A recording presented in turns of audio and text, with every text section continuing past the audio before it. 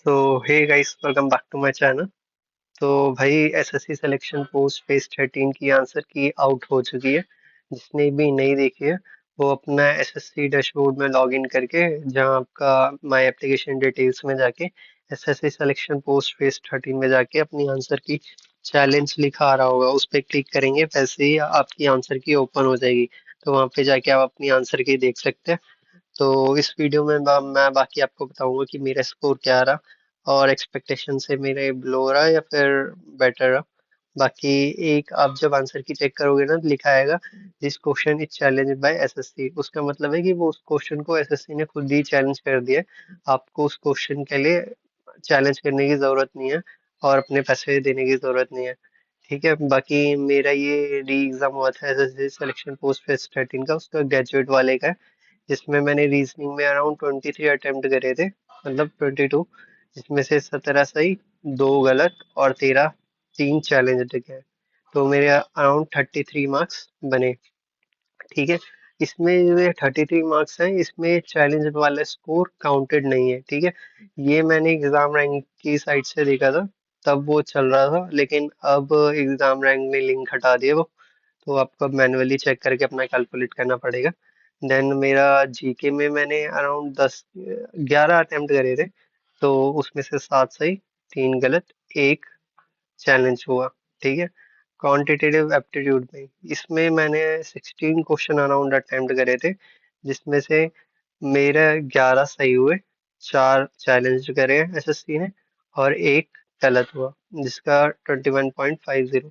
मेरे से यही बहुत बड़ी गलती हुई कि इसकी मैथ्स इजी थी, ग्रेजुएट वाले की, जब ये एग्जाम हुआ था, और इसमें मैंने ज्यादा टाइम नहीं दिया। मेरे पास लास्ट के 20 मिनट ही बचे थे, जिससे कम क्वेश्चन अटेम्प्ट हुए और मार्क्स भी बहुत कम आए। और सबसे बड़ी दिक्कत की बात कि जो क्वेश्चन मैंने अटेम्प्ट करे वही चैलेंज हो गए, तो मेरे और मार्क्स कम हो गए। बाकी देखते हैं क्या होगा। और इंग्लिश में भी मेरा हद से ज्यादा स्कोर कम रहा है। ऐसा कभी, वैसे मेरे अराउंड 20 तो हमेशा ही सही होते हैं, बट पता नहीं क्या मेरे दिमाग में चल रहा था। मेरे ग्रेजुएट वाले में भी इंग्लिश में भी बहुत कम आए, और अपना उसमें भी, क्या कहते हैं, हायर सेकेंडरी में। ऐसा होता तो नहीं है, क्योंकि अब मेरा लास्ट ईयर का भी मैंने अपने एसएससी सीजीएल का स्कोर डाल रखा है। अगर आप उसमें भी देखोगे तो मेरे अराउंड 44 मार्क्स तो उसमें भी थे। तो और इस बार भी इंग्लिश इसकी तो कुछ डिफिकल्ट नहीं थी, बट थोड़ा अब मैं देखूंगा ध्यान से कि मेरी कहाँ गलती है और इम्प्रूव करने की कोशिश करूंगा। तो इंग्लिश में मेरे 26 अराउंड है। तो ओवरऑल टोटल मार्क्स मेरे 93 बने।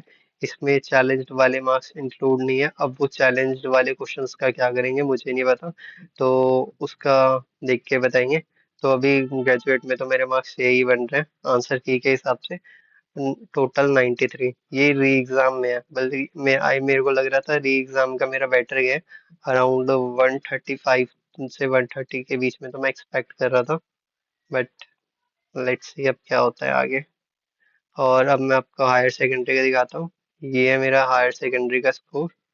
ठीक है। जिसमें मेरे रीजनिंग में आए हैं 30.5। ठीक है। और जनरल अवेयरनेस में आया 28, जिसमें से, मतलब जनरल अवेयरनेस में मैंने 19 अराउंड अटेम्प्ट करे, जिसमें 15 सही, 4 गलत। बाकी इसमें भी स्पीड की वजह से क्वांटिटेटिव एप्टीट्यूड, मतलब पूरा होना चाहिए था अटेम्प्ट, बट नहीं हो पाया, और इसमें भी 4 गलत। हद है। और इंग्लिश में मेरे इसमें भी देखो, बस 25 में से 14 सही है, और 9 क्वेश्चन गलत। एक क्वेश्चन एसएससी ने चैलेंज करा है, 23.5। और ओवरऑल मेरा हायर सेकेंडरी में, मतलब 12th वाले में बन रहा है, टोटल 62 क्वेश्चन सही हैं और 20 क्वेश्चन गलत है, और 7 एसएससी ने चैलेंज कर रखा है। टोटल मार्क्स बने मेरे 114। बाकी आप भी अपना बताइए कमेंट बॉक्स में कि आपका स्कोर कितना रहा।